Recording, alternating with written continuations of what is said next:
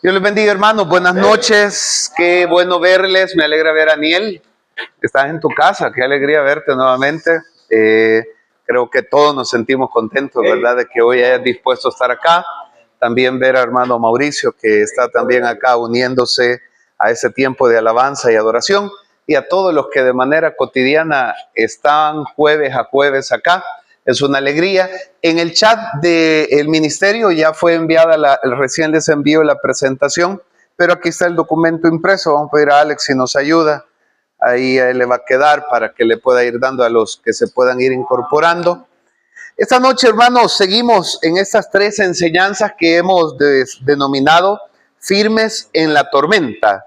Eso es lo que estamos hablando estos 3 jueves seguidos, firmes en la tormenta. Y hoy quiero que podamos analizar una idea con el que creo que como hombres también tenemos que meditar, y es cómo actuamos cuando el cielo parece callar. Cómo es nuestra actitud, cómo son nuestras emociones, cómo son nuestras decisiones, qué hacemos cuando pareciera ser que el cielo guarda silencio, que la respuesta de Dios es un silencio. Ustedes tienen casi todo el bosquejo desarrollado ahí para que, pues la idea es que ustedes lo sigan leyendo. Si ustedes luego lo quieren, pues compartir en algún otro espacio, también lo pueden hacer. Ahí están las 2 bases bíblicas. Leo para ustedes las 2. Primero dice: Dios es nuestro amparo y fortaleza, nuestro pronto auxilio en las tribulaciones. Por tanto, no temeremos aunque la tierra sea removida. Algo que últimamente se ha vuelto como las noticias. Hoy hubo otro terremoto en Perú. Pareciera ser que esto está siendo como algo a lo que la opinión pública está prestándole mucha atención. Aunque la tierra sea removida y se traspasen los montes al corazón del mar, aunque bramen y se turben sus aguas y tiemblen los montes a causa de su braveza. Estad quietos. Repita conmigo: estad quietos.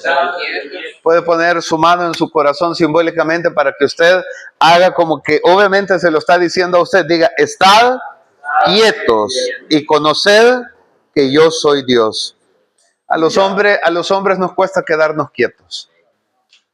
A veces somos arrebatados, ofuscados, enojados. Por eso Pedro sacó la espada y le voló la oreja a Malco, así como a veces usted y yo hemos sacado la espada figuradamente, no necesariamente una espada, pero sí hemos actuado porque nos cuesta quedarnos quietos, ¿verdad? Dice: estad quietos y conoced que yo soy Dios. Seré exaltado entre las naciones, enaltecido será en la tierra. Jehová de los ejércitos está con nosotros. Puede decir conmigo: Jehová de los ejércitos está con nosotros. Nuestro refugio es el Dios de Jacob. Ahora quiero llevarlos a Marcos. Los que estuvieron el jueves pasado verán que esta lectura se parece, pero no es la misma de el jueves pasado. Aquí la historia es diferente. En Marcos capítulo 6 dice: enseguida hizo a sus discípulos entrar en la barca e ir delante de él a Betsaida en la otra ribera. Entre tanto que él despedía a la multitud, y después que los hubo despedido, se fue al monte a orar, y al venir la noche, la barca estaba en medio del mar y él solo en tierra.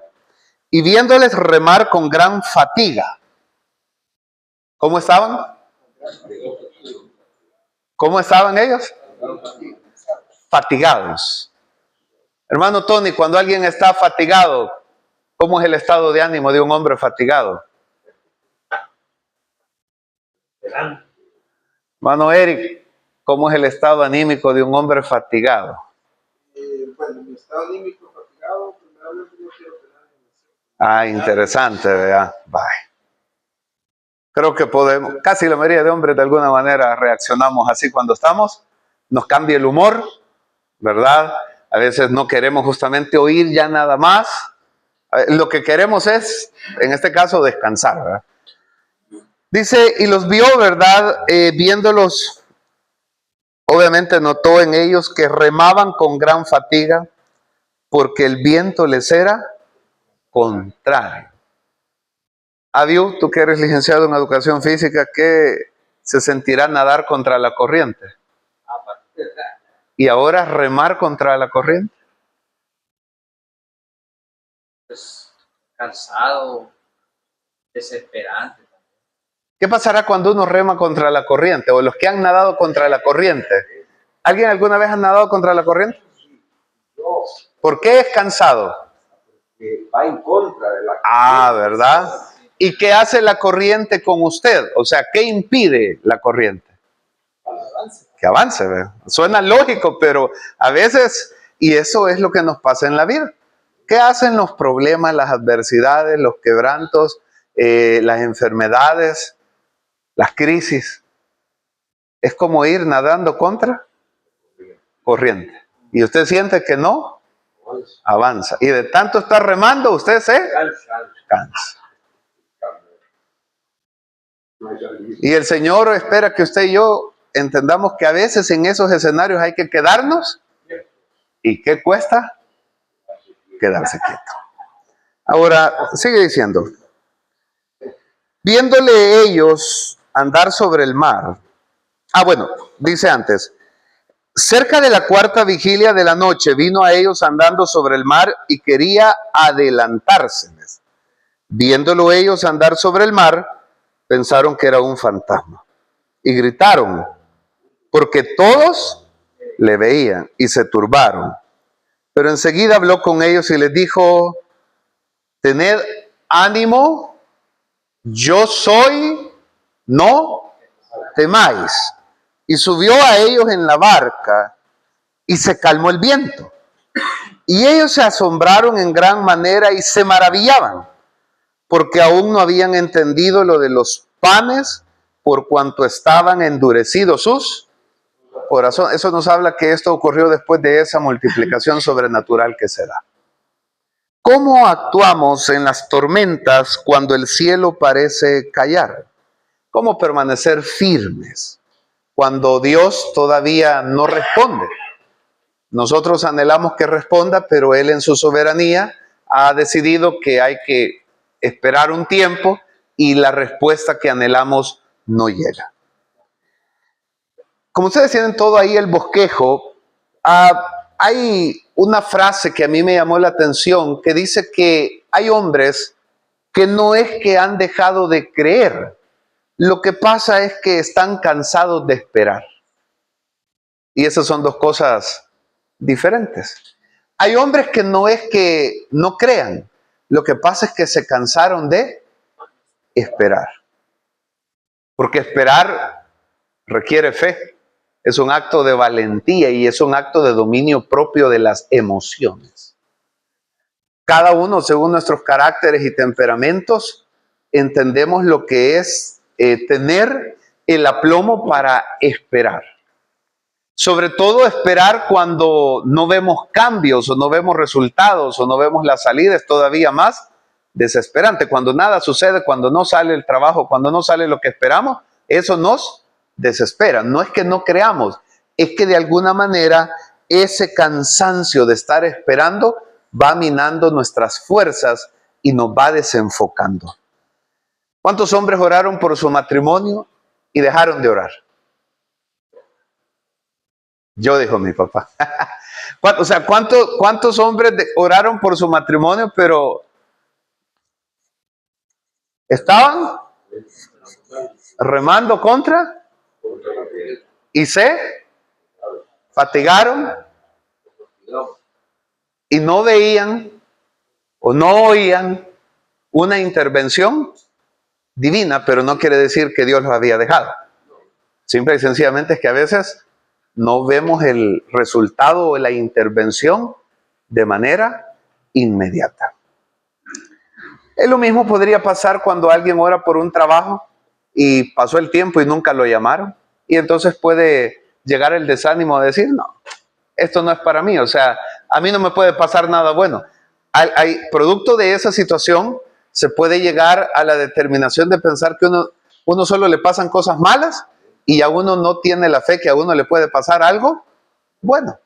Es por eso que algunos de ustedes habrán oído en algún ambiente esta expresión: si hoy rifaran una penqueada, ¿qué dice? Vea que la han oído.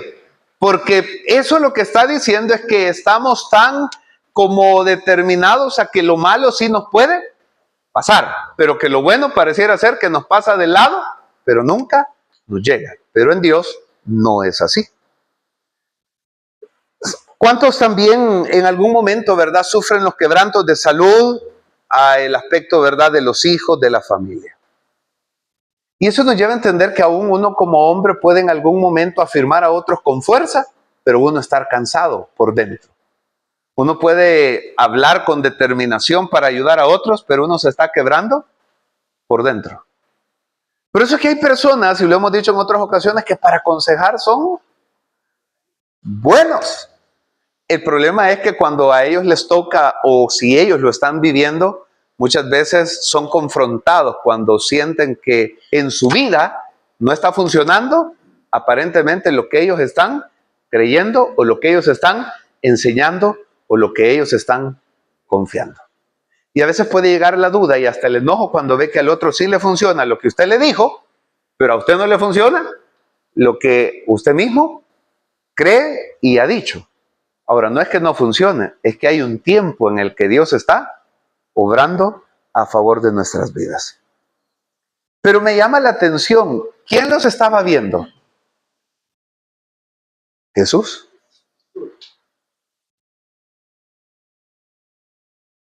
Adiós, en tu faceta como técnico, ¿alguna vez un jugador se ha enojado con vos?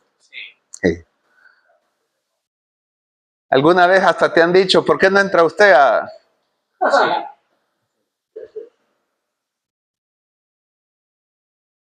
¿Qué estaba haciendo Jesús? Dice que los estaba observando. ¿Y cómo los vio? Cansado. Pero si analizamos más esa expresión, los vio como hombres que están luchando, pero que no aceptan, que no pueden. Que todavía intentan y no quieren reconocer que necesitan ayuda, porque no lo llamaron, Él se les apareció. O sea, cuando uno analiza eso, no lo llamaron, Él se les apareció. Porque ellos seguían queriendo ver cómo solventaban esa situación y en sus fuerzas no iban a poder. Pero como hombres, lo veíamos la semana pasada y lo reiteramos hoy, nos cuesta aceptar que en algún momento necesitamos ayuda o entregarle a Dios esas cargas, esa crisis o esa necesidad que no está en nosotros poder resolver. Cuando el silencio de Dios está, de alguna manera el silencio de Dios nos lleva como a una situación, como a un precipicio en el que es peligroso caer. En ese precipicio se puede desatar la ira nuestra, no la de Dios. En ese precipicio podemos de alguna manera dejar que el rencor nos lleve a algo que se conoce como ejecutar venganza. O que los celos en general, ¿verdad? No hablo solo matrimonial, a veces puede haber celos manifestados en forma de envidia hacia el progreso de otra persona, también nos nublen y en vez de alegrarnos, nos enojemos y nos sintamos frustrados y molestos porque pareciera ser que Dios a nosotros no nos contesta. El Señor a través de esta historia nos invita a descansar, también nos invita a discernir, también nos llama a obedecer y nos da la oportunidad de permitir que Cristo gobierne la tormenta que quiere desordenar todo lo que hay dentro de nosotros. Hay tormentas, hermanos, increíbles. Hay tormentas que literalmente, si usted ha visto algún huracán o por lo menos algún documental, literalmente no dejan nada de pie. Sin embargo, en esos países hay lugares llamados refugios, que están bajo tierra y la persona sale y emerge después de la tormenta. La Biblia dice que Dios es nuestro amparo y nuestro pronto auxilio, lo cual quiere decir que si descansamos en Él, sí vamos a salir en victoria de esas tormentas. Yo quiero que meditemos 5 ideas esta noche. La primera de ellas es que Dios ve, Dios observa, Dios no es indiferente, aunque no intervenga. Y eso es lo que a veces cuesta comprender. Dios ve, Dios observa, no es que ha perdido el control, solo que no interviene. Eso es como, ¿han visto ustedes que los técnicos, por ejemplo, en las peleas de boxeo, ellos miden a su pupilo? Porque bueno, y aquí hay uno que es experto en eso, no en pelear, sino en ser, en ser, obviamente, entrenador. O sea, ¿qué pasa si él tira la toalla? Termina la pelea. Ajá. Y a veces la gente podrá decir, sería bueno que pero si él no interviene, ahora, como él conoce, como él sabe, él dice, no, espérese. Todo, como el entrenador de Rocky, ¿verdad? Que le están va de dar y dar, hasta que hay un momento que le dice, ahora le espero, a ese momento ya le han dado por todos lados. Pero Dios ve, pero muchas veces no interviene. Y eso es lo que a veces nos confunde y nos da agonía. ¿Por qué no hace algo si lo puede hacer? Y eso lo vemos en el versículo 48. Jesús veía a los discípulos remar con fatiga. Ellos no lo veían, pero él sí los veía. Eso mismo pasa con las crisis, podemos llamarle crisis matrimonial, crisis económica, crisis emocional, crisis física, de la que sea. Nada, aún esas crisis, nada pasa ajeno al control de Dios. Él está observando, Él está pendiente. Y aún en ese aparente estado en que no hace nada, Él sigue teniendo control de todo. ¿Quiénes de ustedes se pelearon alguna vez cuando estaban jóvenes? Así que no les dé pena. O sea, que ustedes eran de los que se agarraban a trompones, pues eso le quiero decir. Vaya. A veces pasaba que si algún amigo nuestro o un hermano mayor, los que tienen, a veces veía que se estaba dando, ahí estaba. Hasta que tal vez sentía que era necesario intervenir, intervenía. De lo contrario, estaba observando. Dios sabe cuándo va a intervenir, pero no es que Dios esté ausente, solo que muchas veces hay algo que Él está formando dentro de nosotros. Y es aquí donde Dios nos quiere enseñar que la demora aparente de Él no debe de generarnos incertidumbre. Debemos mantenernos fieles a que Él cumplirá lo que Él ha prometido. Obviamente la demora no es fácil. Los hombres por naturaleza somos desesperados. ¿Cuántos de nosotros cuando andábamos de novio alguna vez llegó o muchas veces llegó tarde la novia a la cita? Ahora, cuando uno anda de novio, llega la novia y le dice, disculpe. Y a veces le dice, pero no está molesto, ¿verdad? Y usted saca ya fuerzas para tratar de disimular y decir, no se preocupe. Pero la demora no significa que Dios esté ausente. Muchas veces la demora es parte de lo que Dios permite para en nosotros hacer que se mantenga firme la seguridad de que Él no nos va a dejar desamparados. No debemos de tomar decisiones definitivas en medio del agotamiento, porque obviamente cuando estamos agotados o estamos sobrepasados por nuestras emociones, hacemos cosas que no convienen. Debemos de hablar con Dios antes de descargar nuestro dolor con otras personas. ¿Alguien aquí alguna vez se ha reunido con un amigo para contarle un problema? ¿Sí? Ahora, cuando usted le cuenta a un amigo su problema, sí o no, que usted no esconde cómo se siente. Si está enojado, no lo esconde. Primero porque su amigo sabe que no es con él. Y segundo, porque usted tiene la confianza y usted le dice cómo se siente. A veces nosotros pensamos que Dios se va a escandalizar porque le digamos cómo nos sentimos. No, si Él ya sabe cómo nos sentimos. Él quiere que tengamos la confianza de serle honesto y decirle, Señor, yo ahorita estoy que no soporto, no aguanto, tengo deseos de desquitarme, tengo deseos de cobrar venganza por mí, o sea, Dios no se va a asustar por eso. Al contrario, nos va a beneficiar a nosotros ser honestos y abrir nuestro corazón y descargar con Él.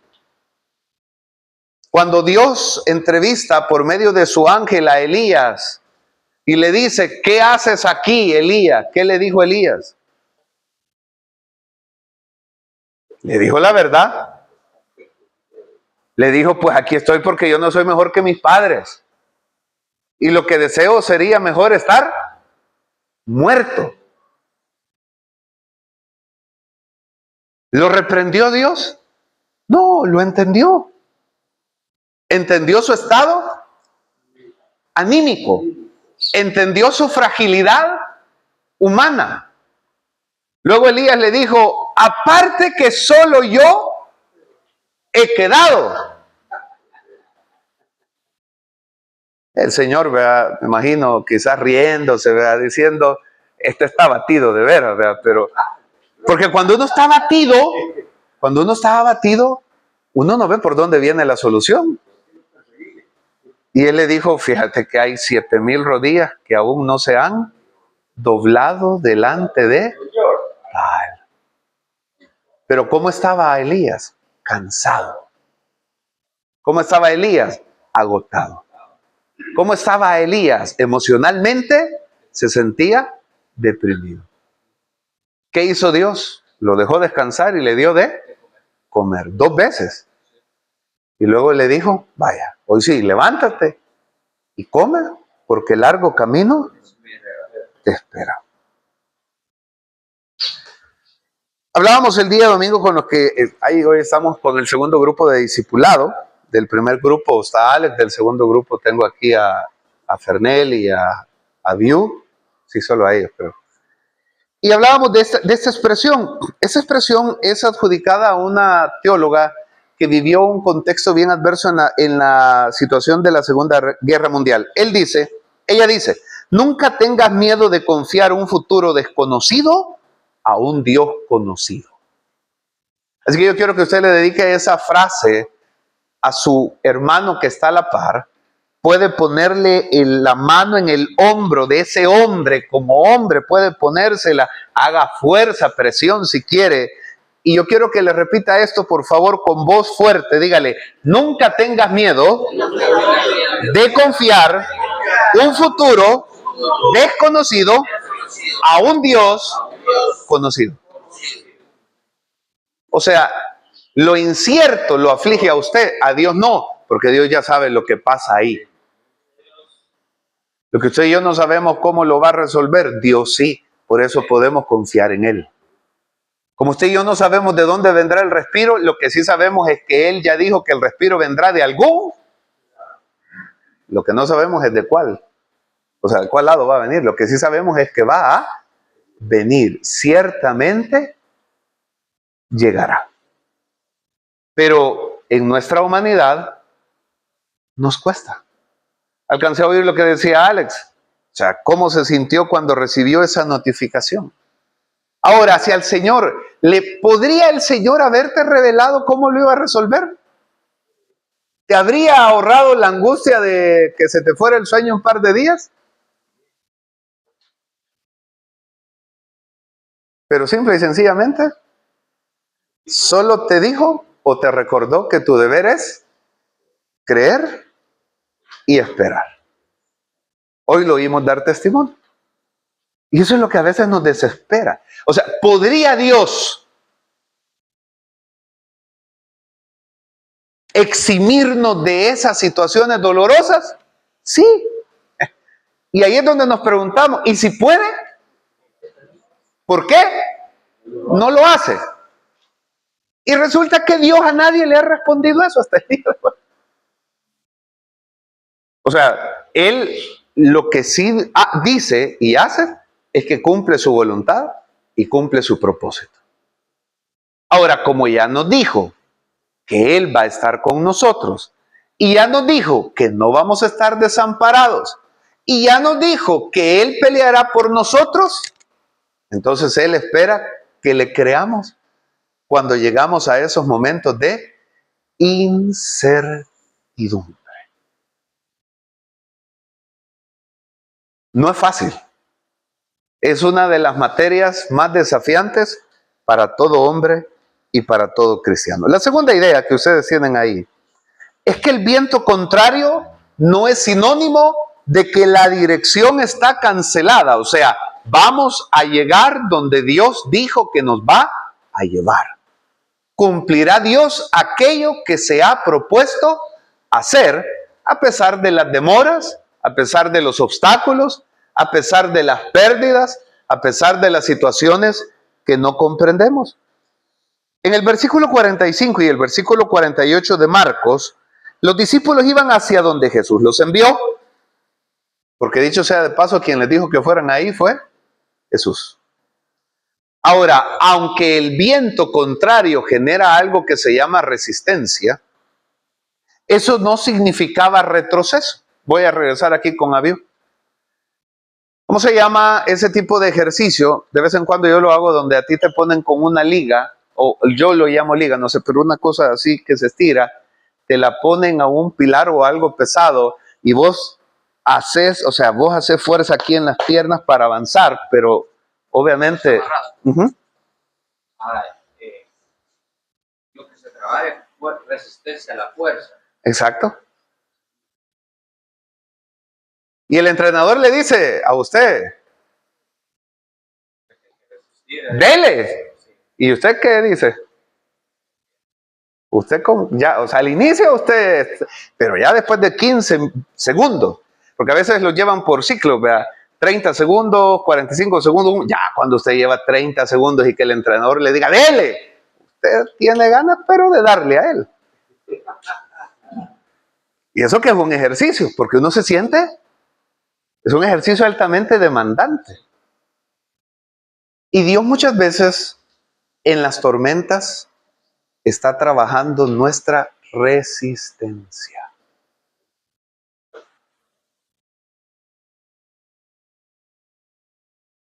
¿Cuesta resistir? Hay un ejercicio fácil. Y a mí me va a servir y hermano Merino, vengan los dos. Yo, o sea, esto es lo que, alguna de las cosas que yo en el gimnasio, técnicamente el que sabe cómo se llama esto es él. Lléveme ahí el otro entrenador que tenemos del gym, lléveme el tiempo, 30 segundos, llévelo. Vaya, este ejercicio es acá. Usted va acá, se van a poner acá, aquí. 30 segundos. ¿Quién quiere empezar? Sí, topado a la pared. ¿Quién quiere empezar? Vaya, la cuenta de, vamos a contar todos. 1, 2, 3.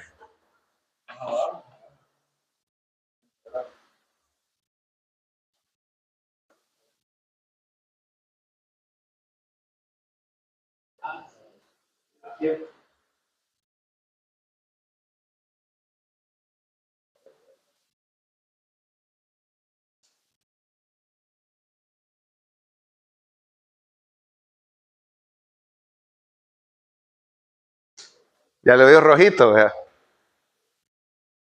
Ahí está, excelente. ¿Cómo se sienten aquí los cuádriceps? Vale, vamos de nuevo. Ahora, yo sé que algunos dirán, no, hombre, si eso es fácil. No, eso quiere resistencia. Pero aquí se trabaja dos tipos de resistencia. Ya va, hermano Mary. La física, pero la más difícil es la mental. Voy a cambiar con Eric por la operación. Ah, es cierto, hermano, no, es cierto. Disculpe, es cierto, no me acordaba. Vaya, vaya, hermano. No, pero también, no, hermano Eric, sé que... Hermano Isaí, pase usted.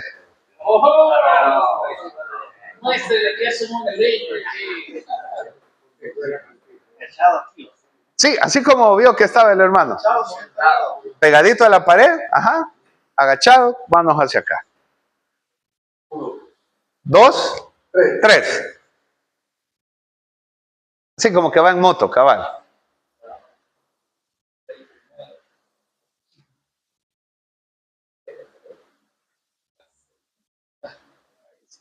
Hoy no sabían a qué venían.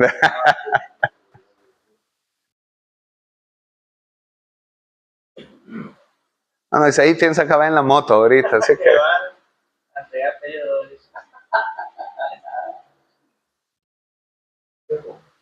Ahí está, excelente.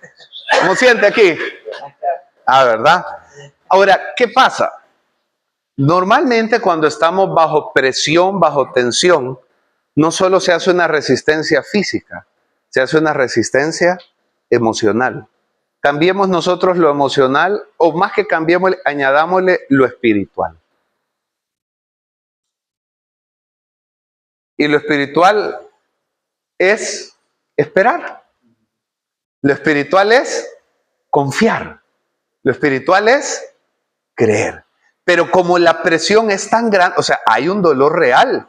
Si ustedes lo hacen, van a sentir ya lo que, o sea, el dolor es real. ¿La tormenta era real o era imaginaria?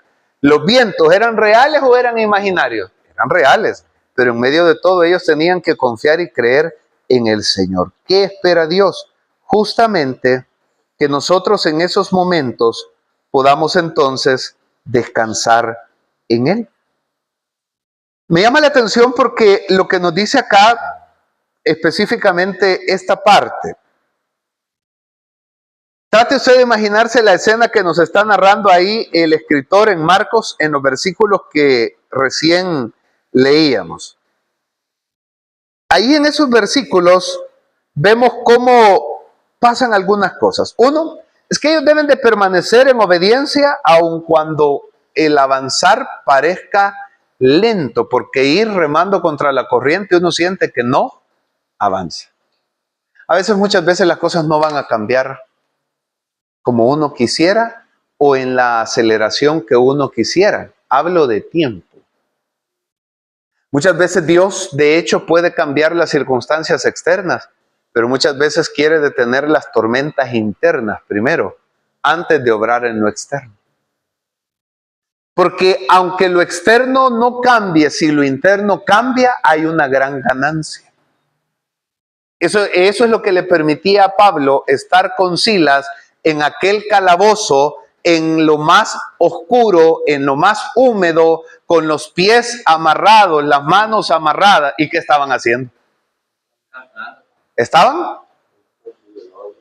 ¿Había cambiado lo externo? ¿Qué había cambiado?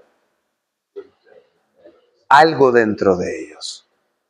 Y eso es lo que obviamente todos los que aquí estamos batallamos cuando estamos en medio de una crisis o de una tormenta.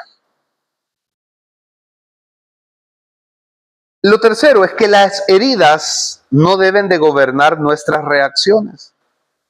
En el Salmo 46:10 dice, estad quietos. ¿Qué entendemos por estar quietos? Bajo este contexto no significa pasividad. Bajo ese contexto lo que quiere decir es controlar el impulso para no responder desde la ira, desde los celos o desde la venganza. Y ahí donde el Señor nos dice, estad quietos. Los que manejamos, ¿alguna vez alguien se nos ha atravesado, nos ha echado el carro encima? Todos los días, dice. O sea, en esos instantes, ¿qué pasa por nuestra mente? En esa fracción de segundos, ¿qué idea se nos viene? ¿Verdad? ¿Cómo le vamos a...? O sea, algunos dicen, ay, le pito, otros dicen, ahí le voy a poner a la par para que vea que yo no le tengo miedo. Algunos hasta lo persiguen, o sea, aunque no vayan para ahí, tanto es el enojo que hasta no se dan cuenta que ya se desviaron de donde iban, porque, o sea, ¿cómo respondemos? El Señor ahí es donde nos dice como hombres, estad quieto. O sea, no respondas desde tu ira, desde tu enojo, porque entonces en vez de hallar una solución, vamos a agravar el problema o la crisis. Pero si lo traemos todavía a términos más prácticos, sería que no devolvamos mal por mal. Si alguien nos traicionó, no paguemos con la misma moneda. Pero claro, en nuestra humanidad, siendo honesto, pues es lo primero que se nos viene a la mente, ¿verdad? Reaccionar de esa manera. También es sabio buscar consejo como hombres antes de actuar. Esta expresión que se le da a Lao Tse dice que el que vence a otros es fuerte, pero el que se vence a sí mismo es poderoso, entendiendo el contexto del dominio propio. El que vence a otros es fuerte, pero el que se vence a sí mismo, el que tiene control de cómo reacciona. Mire, tal vez acá, entre los que estamos, no sea esto una realidad, o pueda que sí. En las últimas 2 semanas, por algo que estoy preparando más adelante, otras enseñanzas, me dediqué a ver documental tras documental de personas exitosas. No va a creer una de las cosas que todos los grandes exitosos como Carlos Slim, como Salinas Pliego y otros más coinciden. No sé si es por lo que han vivido o realmente así lo creen. Pero ellos dicen que la debilidad más grande de todo hombre en cualquier aspecto en que el hombre se desenvuelva es una mujer.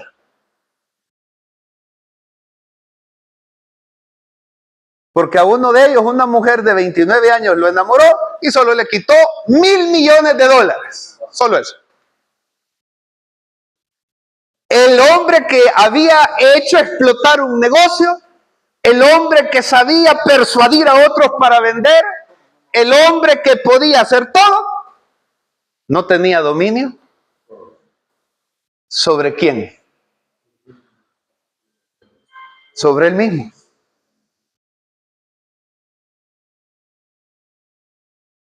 Ahora, yo no estoy queriendo decir que eso sea fácil, claro que no. Pero qué importante es pedirle al Señor que nos mantenga con dominio propio. Porque somos llevados.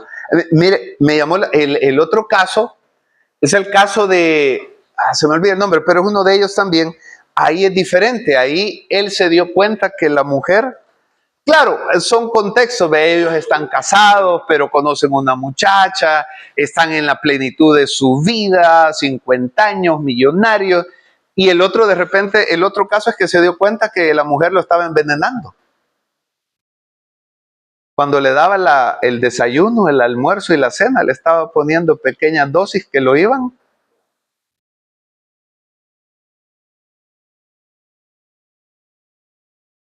Situaciones que, ahora, no estoy con eso queriendo decir que es literal cuando dice la Biblia, cuídate con la que duerme a tu lado. No, ese es otro contexto.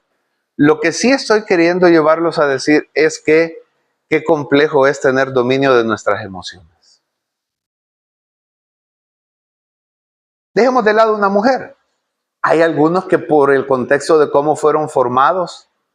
Mire, solo quiero acordar, voy a ocupar este ejemplo. Quisiera ocupar a veces a uno de mis tíos de otro ejemplo, pero es que son las cosas que me acuerdo. Una vez estábamos jugando, ¿se acuerda, papá? Allá en la garita. Y iba Juan, no Mario, Juan, vea, y todos íbamos a jugar. Yo tendría como 12 años. Yo no oí, creo que mi papá sí oyó, pero como que unos que estaban ahí le hicieron, ahí van las niñas a jugar. Las niñas éramos nosotros, todos los que íbamos ahí. Mire, para empezar, Juan, sí me acuerdo que ese día anduvo jugando, como dicen que a veces juega View. Andaba, dicen, pegando leña. Pero bueno, el punto es que terminamos de jugar. Nosotros solo vimos que Juan se fue. Allá al rato nos dimos cuenta que llegó a la casa a sacar un corvo y un cuchillo.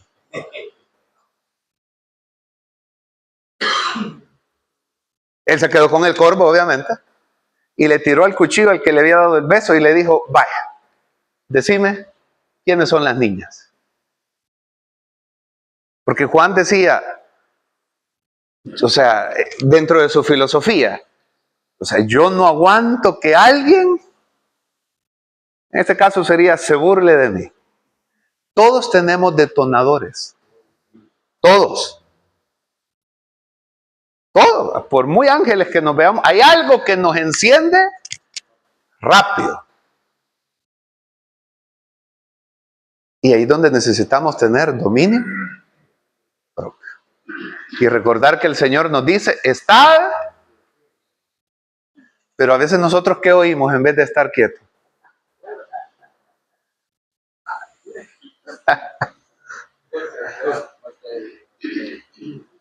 La cuarta idea es entonces que la presencia de Cristo produce ánimo, pero también nos lleva a tener un temor santo.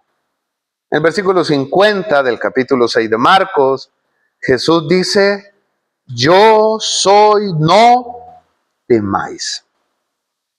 Esa respuesta, más que una declaración de que física, de que lo vean, que obviamente Él está ahí, es el hecho de que si algo disipa el miedo, si algo hace que el miedo deje de tener autoridad en nosotros, es cuando tenemos la paz de Dios en nosotros. Eso hace que el miedo pierda el poder que tiene sobre nosotros. Cuando la paz de Dios, que sobrepasa todo entendimiento, guarda nuestros corazones. Mire, como hoy no hay niños, pocas veces he dicho esto. He dicho esta parte, pero no la que les voy a contar. La parte que he dicho es que cuando yo salí del hospital de El Salvador, después de estar ahí ingresado, me dijeron, usted va a quedar con pesadillas y va a necesitar un psicólogo porque usted ha visto demasiadas personas morir. Mire, ver a una persona morir de un paro cardiorrespiratorio es algo conmovedor. O sea, que usted quiera respirar y eso que ya tiene aparatos conectados y que usted no pueda, y ver la desesperación de las personas. Le digo porque yo lo vi, o sea, no es que me lo contaron, lo vi durante todos esos días. Cómo le quedan los ojos, cómo quedan las manos, cómo queda la expresión corporal cuando fallecen, cómo algunos caen y rebotan de una cama de 1 metro, caen. O sea, en su desesperación se quitan todo, se intentan incorporar, pero si obviamente lo que tienen medio les ayuda a respirar, al quitárselo, entonces ellos solo logran medio levantarse y con la misma rebotaban, caían de...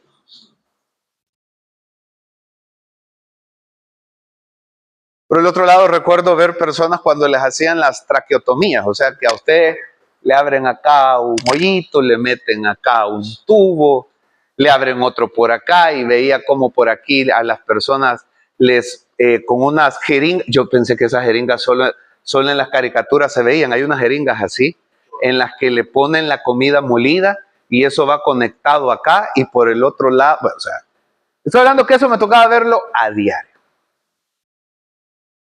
Al inicio, los primeros 3 casos sí me dio miedo. Y ya lo he contado en mi testimonio. Yo dije, Señor, qué duro va a ser morir así. Y luego el Señor me dijo, pero ¿por qué tienes miedo?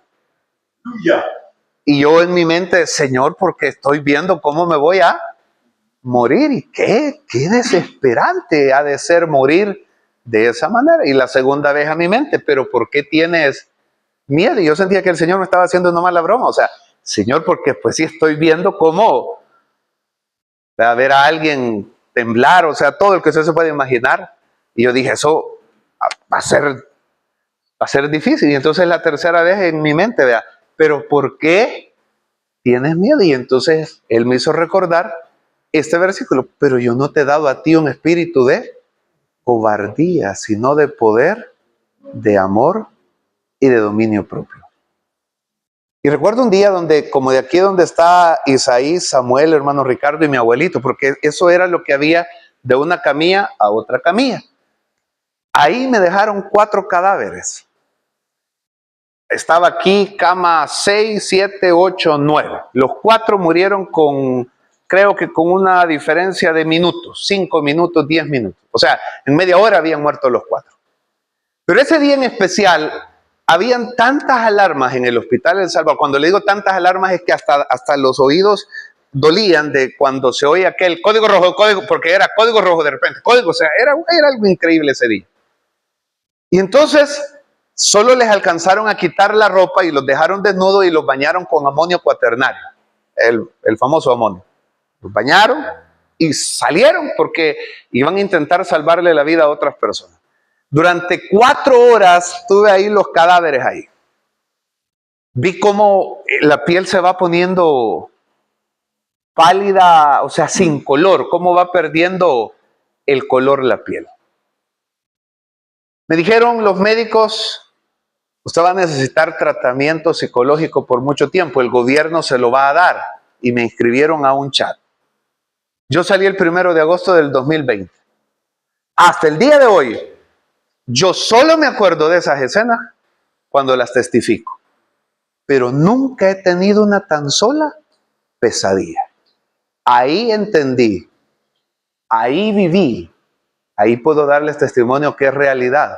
Y la paz de Dios, que sobrepasa todo entendimiento. O sea, yo no es que no me dolía ver, pero era como que algo me tenía. Por eso lo fui contando, ¿verdad? 80 vi morir. No, claro, no es que me alegraba, no es que no sentía, pero esa paz de Dios le da a uno una calma, seguridad y una tranquilidad. Estoy queriendo decir que ese mismo Dios que en su misericordia me pudo dar paz a mí, también le puede dar paz a usted.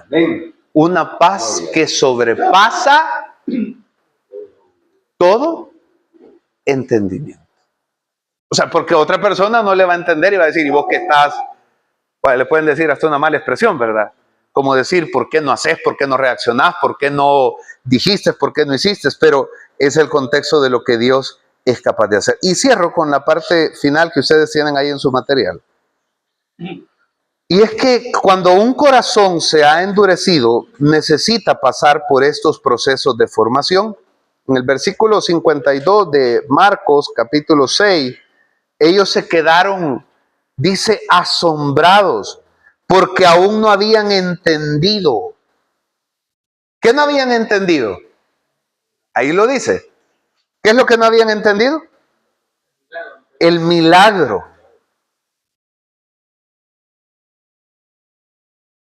A veces nosotros vemos milagros. Nosotros vemos respuestas.